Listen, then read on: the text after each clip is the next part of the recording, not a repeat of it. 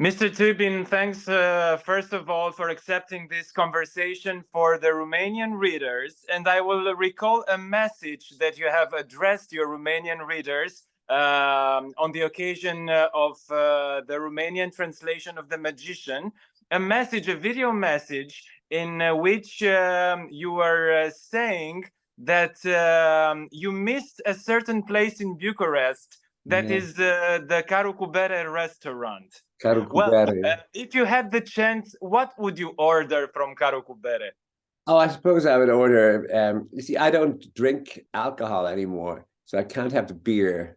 And so I suppose I would look at the menu and I would maybe find some pork or beef or something, you know. How did you get to know Bucharest?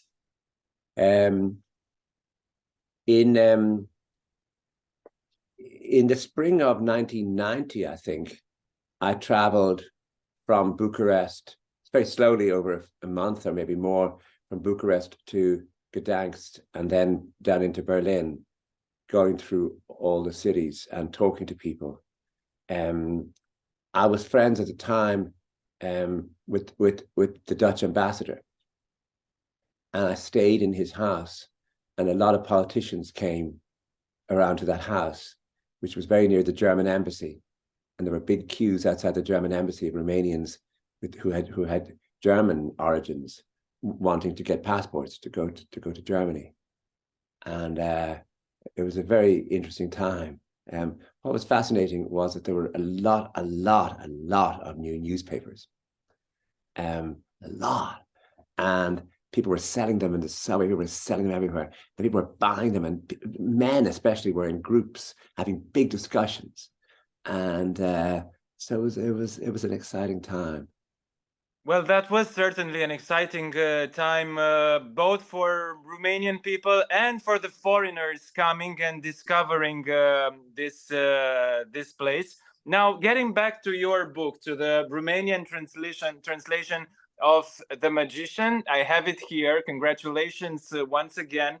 What was it so enthralling about Thomas Mann to actually require a novel from you dedicated to him? I suppose, beginning when I was in my late teens, I read most of his work, and I suppose at that time I believed that writers, the art of being a writer, was a form of entitlement, of certainty, of power, of seriousness, which is why in a way most of the writers you saw were men, and most of the photographs were dignified people, and they seemed to be in control. It was really particularly the case with Thomas Mann, where he seemed a sort of a magisterial figure, that he knew a great deal about culture, and he wrote with great certainty. It was really only when his diaries appeared, which was in the beginning of the 1980s, say. Yes. He died in 1955, that everyone began to look at him, I think, in a new way, and began to see those very weak figures. Illness interested him, and weakness. I mean, Hanno in Buddenbrooks, for example, Dr. Aschenbach in Death in Venice, even Hans Castorp in Magic Mountain, even Adrian Leverkuhn, and the narrator in Zeitblum, in Dr. Faustus. And that Mann himself wrote out of a sort of a radical uncertainty, a sort of instability, a sort of lack of entitlement. And I was interested in the gap between the figure who appeared on the platform, talking with great certainty about culture, and the figure who was alone in his study, who was a much more nervous, who was a much more uncertain figure. And those things, I think, take their... the issue of sexuality is obviously one question, where there's a big gap between the public and the private, that Mann's sexual dreams were homoerotic. But the other one is about politics, that really in 1914, Mann became a militarist, a Prussian, someone who wanted victory in the battlefield, which is not the man, that's not the figure we associate, that's not what we associate with the man of the 1920s or 30s or 40s. You know, it was a great change came over him politically. But he was also, in that way, is often described, a man at the center, meaning he was not left-wing. He was not especially right-wing either.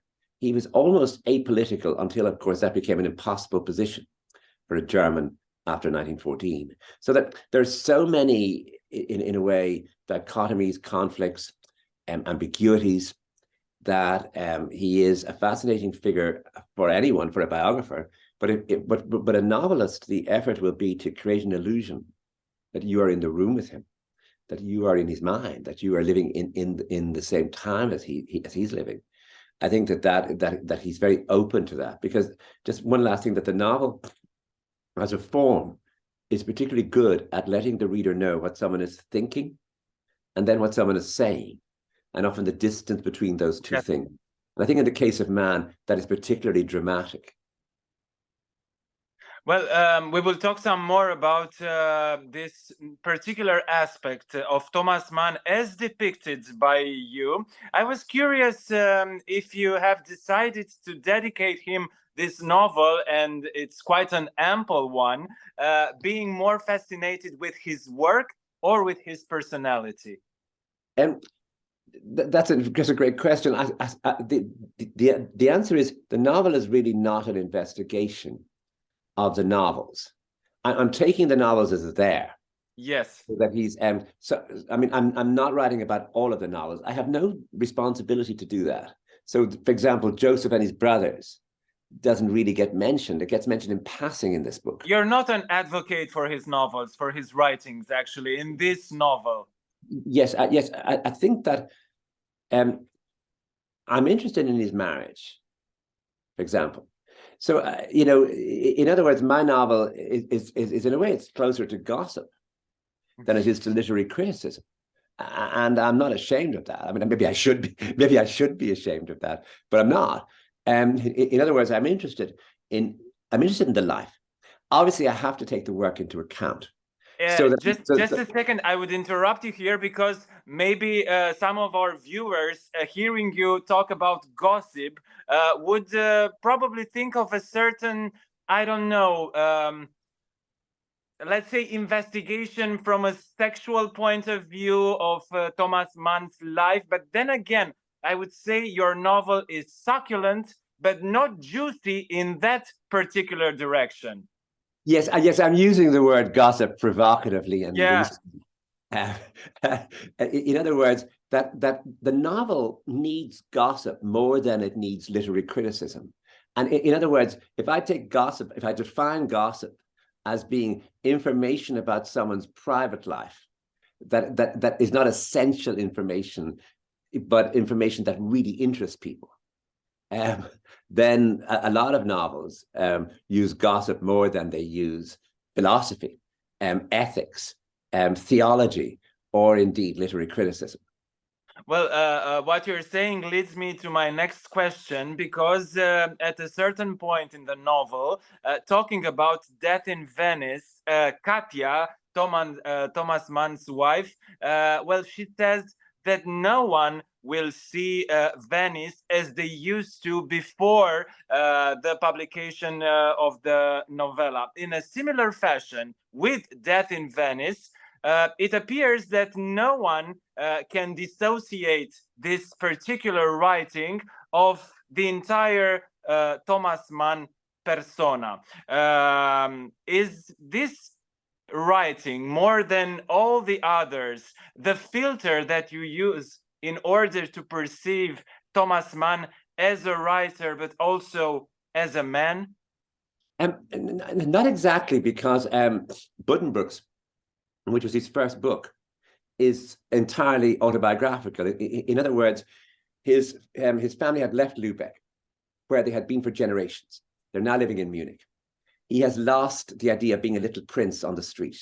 All the buildings, the warehouses, the houses they owned in Lübeck, it's all gone to dust. And his job in Buddenbrooks is to resurrect that, is to recreate it in sentences, is to go back 3 generations.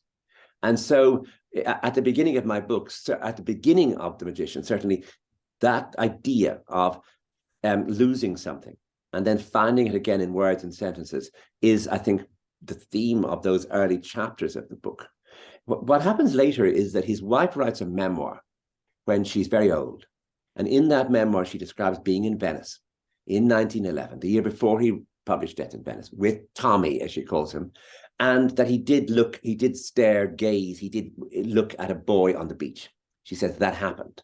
So you see, once I have that, then I have where I can connect the adventures in Venice to the book he wrote. And so it's one example where I can do that. I can't do that as easily with the Joseph novels, the big Joseph novels, so that I can't do it all the time. I can't do it book after book after book. So that I pick a few examples that interest me and I work with them. One is Buddenbrooks, and yes, you're right, the other is Death in Venice. Well, as you have already mentioned, in my opinion as well, there are two spines of your book, of The Magician. One is man's sexuality, and the other one is his participation, or sometimes lack of participation, in the history, in the making surrounding him. Was he a spectator or a true actor of his time? Oh, you're absolutely right. He was a spectator. And there's an element in my book in which he's a ghost, in which he's almost not there, in which when he comes into a room, his wife is talking, his daughter is talking, his brother, everyone's talking, everyone has an opinion, everyone is fully alive in the book. And Thomas Mann comes into the room, and often he doesn't speak, but he watches, he notices. And when he's in his study, he's writing. In this book of mine, he's mainly silent. But he's the only consciousness. So everything is seen from his perspective. What he notices, you notice. What he sees, what he remembers, what he feels. But he doesn't talk. It isn't a first person singular narrative, but it also isn't one in which he's constantly interrupting or, he's constantly engaged. He's often not engaged. He's often trying to withdraw, move away, be on his own. So, I mean, it was an interesting challenge to write a book almost about a character who's almost not there.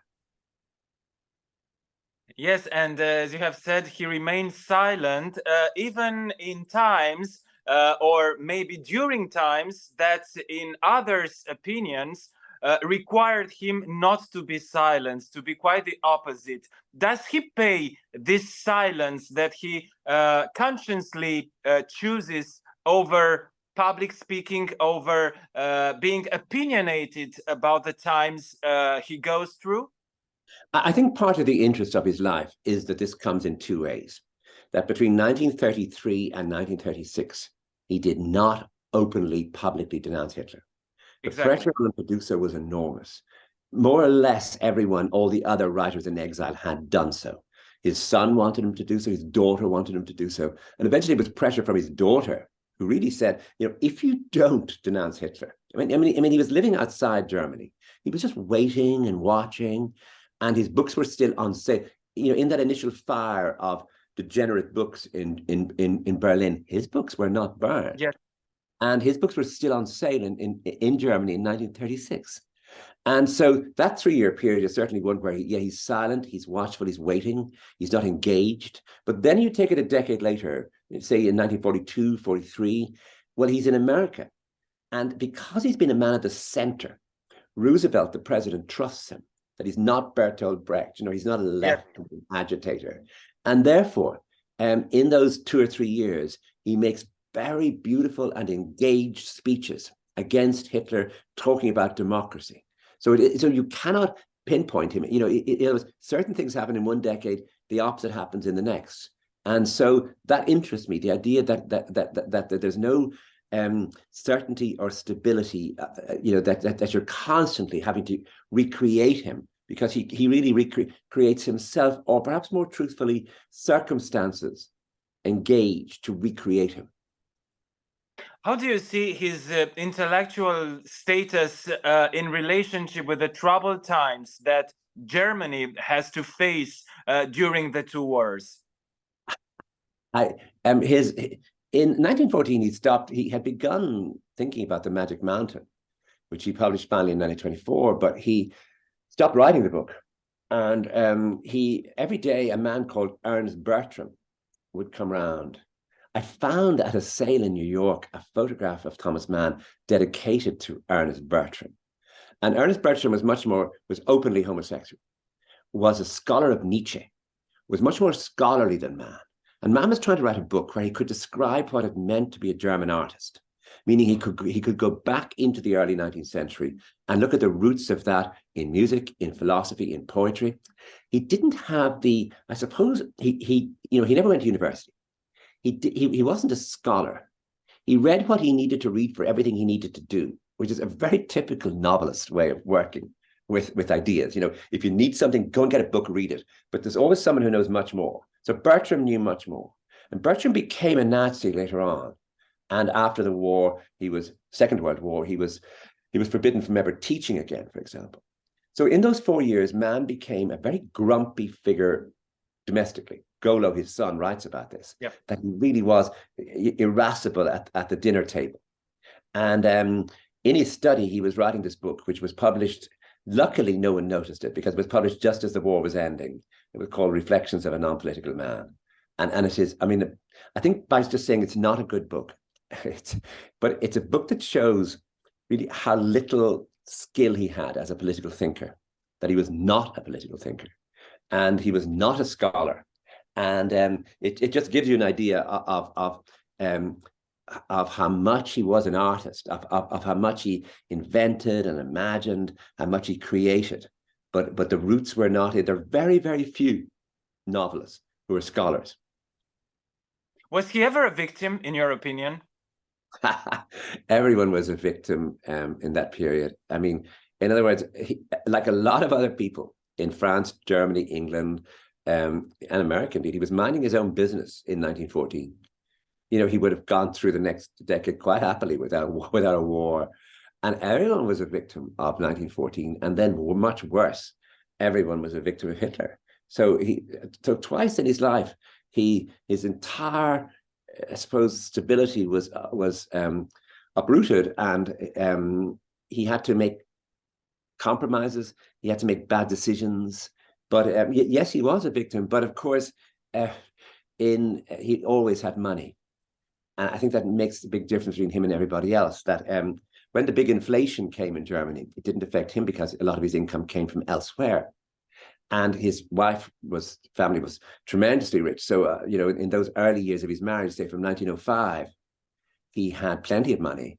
In the years of inflation, he had plenty of money. And then, of course, when he went to America, I mean, the house he built, you should see the house he built in California. I mean, it's a dream house. And he built it in 1942, when so many of the exiles were really suffering. He managed to build this mid-century modern, classic Southern California house. So he wasn't a victim in that sense. He lived a privileged life in a time which was very dark for a lot of people, not only politically, but economically. I mean, a lot of people starved. Going further on this particular topic, was he ever a victim of his own demons and inner troubles? Well, you know, he made great compromises. You know, I think he saw the idea of two men sleeping together as just something that it wasn't something he wanted to have. His sexuality was entirely, no, that's not true. His sexuality was not entirely bound up,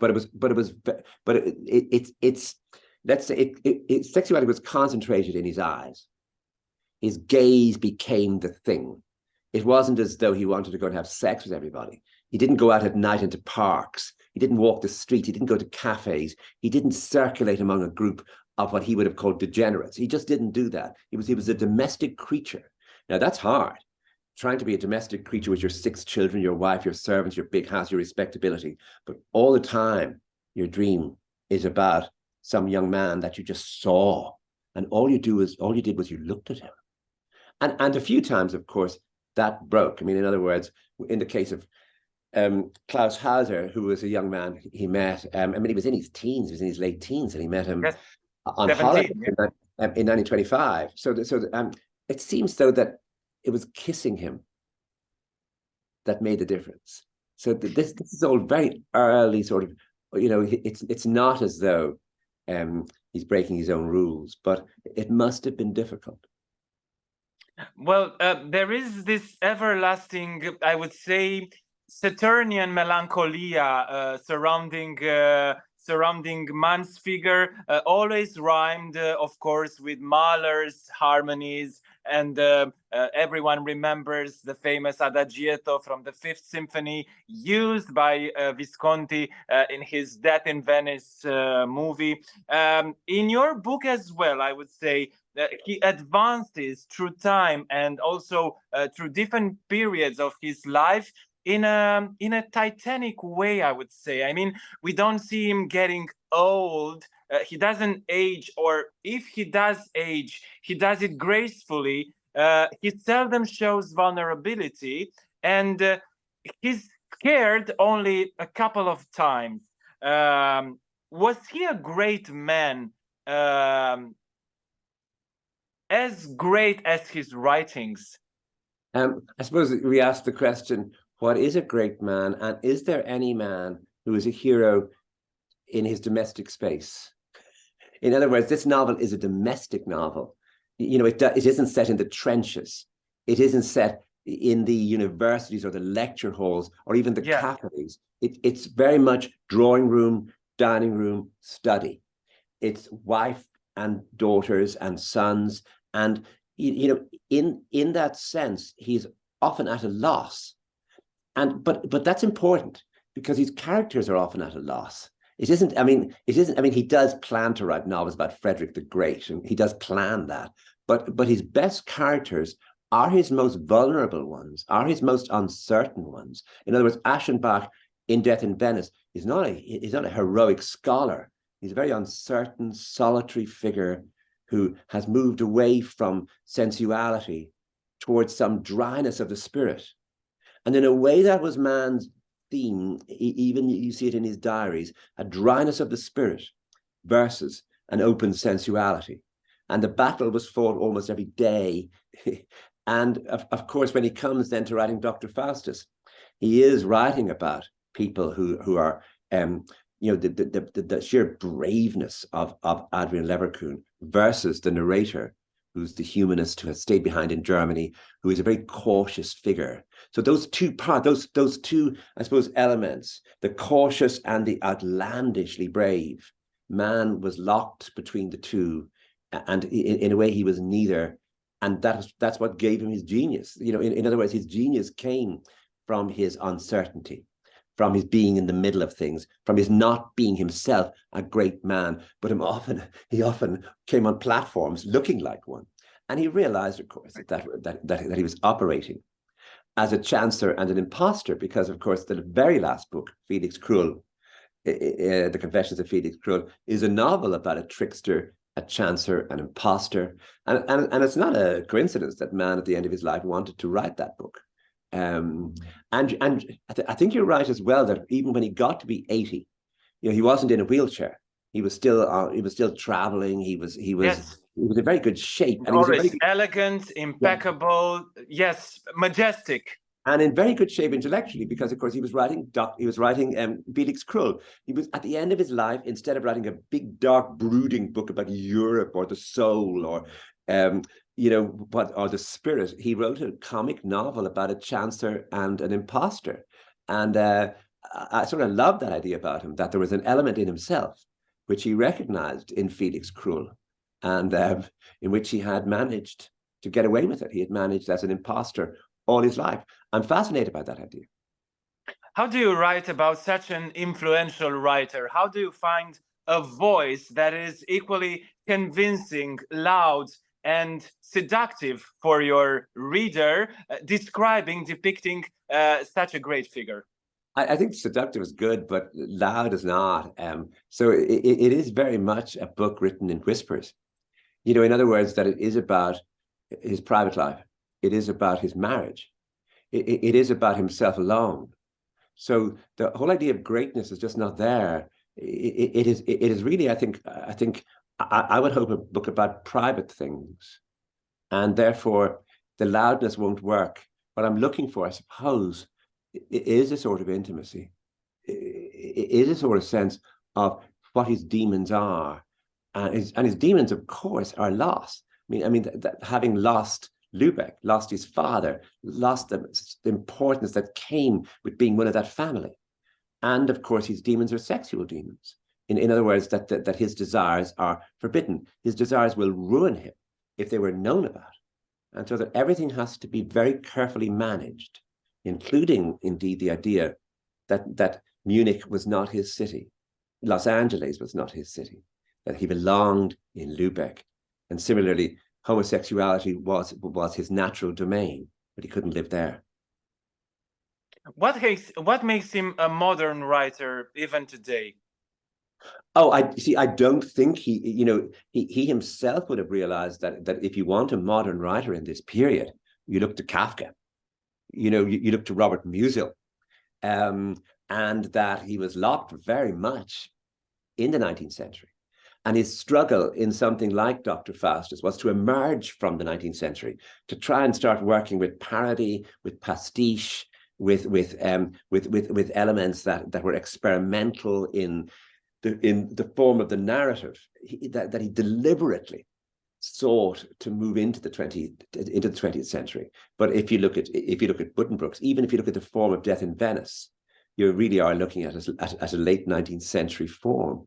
And I think he was conscious that if you're looking for a contemporary moment in fiction, I think he looked to Kafka.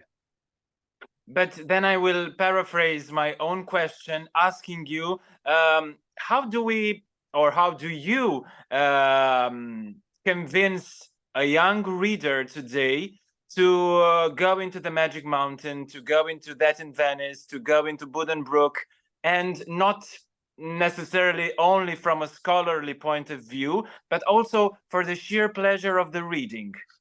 Well, I think that's always been the case, that people who are interested in reading big, difficult books are always in a minority. And the thing is, when I was 17 and I came to University College Dublin, this is 1972, the Magic Mountain was all the rage. It was really, really fashionable. And if you wanted to, be with a certain group of people, you really had to have read that book. I mean, more than Ulysses, more than James Joyce, in the same way as you're watching Godard films or Bergman films, that this was fashionable. That's no longer the case. Fashions change, things move. And Thomas Mann has moved, I think, out of fashion, certainly in America, so certainly in the English-speaking world. It doesn't mean people don't read him, but he hasn't got the same importance as he once had. I should say I know this because when I was finishing the book, my editor in America went to check just how many books by Thomas Mann sell in America every year. And the answer is very, very low. Yeah. And that's what happens. And that's what happened with books. Writers become fashionable and they go in and out of fashion. And, every decade something new happens. And that's the way it is. It might seem sad, but, there we go. There's nothing we can do about it. Still, he remains a pillar for the 20th century, for the first half of the 20th century. He remains probably Germany's best or most influential author. Yeah, you see, Einstein came up with a theory which really opened up the whole question of time. And in 1924, Thomas Mann wrote The Magic Mountain, which, by any Hans Castorp goes to the sanatorium for 3 weeks to visit his cousin, and he stays for 7 years. 7 has a sort of magical sound to it. 3, 7. Those numbers which can't be divided by anything. 3 and 7. And so time moves in the novel in a way which is constantly dramatized and examined and never taken for granted. It moves slowly. It moves very quickly. It seems after a year that he's only been there a short time, but his first week was incredibly long. So the whole idea of what time feels like, the sort of essence of time, is being examined in that book. And of course, the question of time was also being examined by Einstein. So it was the moment for that. And he wrote the book that captured that moment. So I think The Magic Mountain is just not just I think it's a pillar of a sort of structure of sensuous thinking about time between the wars in Europe. And it's hard to think of a book like it that actually allows time such luxury, that examines time with such slow patience. And So I think it's an absolutely crucial book, as to is Death in Venice, because it's not merely about, you know, a gay man wandering down from the north to the south.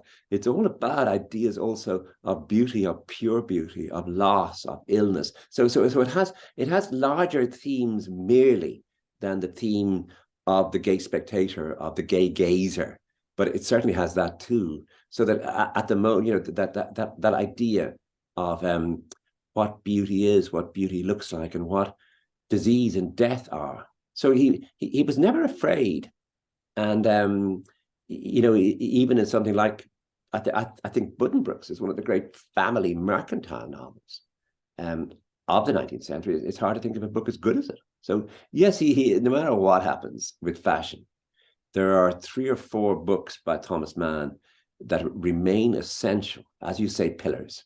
Yes. Well, a New York Times quoted about your novel that is a symphonic novel. And I find this musical approach extremely suited for the topic of our talk, and also for your writing. If your novel, if The Magician, had a soundtrack, what would that be? Oh, I suppose it would have to be it would really be pre-Mahler, and it would be, I suppose, the Schubert songs, those melancholy, slow Schubert songs, the songs from Winterreise, other Schubert songs like that. In other words, I don't see the thing as symphonic because it is gentle in the study of a personal conscience in this period. It doesn't go into the big Tolstoyan, you know, massive parties and events that are going to change history. He's always one step away from that. You know, the novel doesn't occur in Sarajevo. You know, he finds out about Sarajevo from his children. Mm-hmm. And so it's, you know, I would think of it as a much more German art song with slow piano accompaniment, rather than the big Mahlerian massive orchestra making this incredible sort of sugary or you know, soothing, whatever word you want to use, sound. So yeah, I would think of it as a much more modest enterprise than a symphonic one. Mr. Tóibín, it's been such a pleasure talking to you. Thank you so much. And I look forward to actually meeting you at Carocubere for a good hearty Romanian meal. Thank you once again. Love that. Well, I would love that. And I hope to see you soon. And thank you very much. Thank you.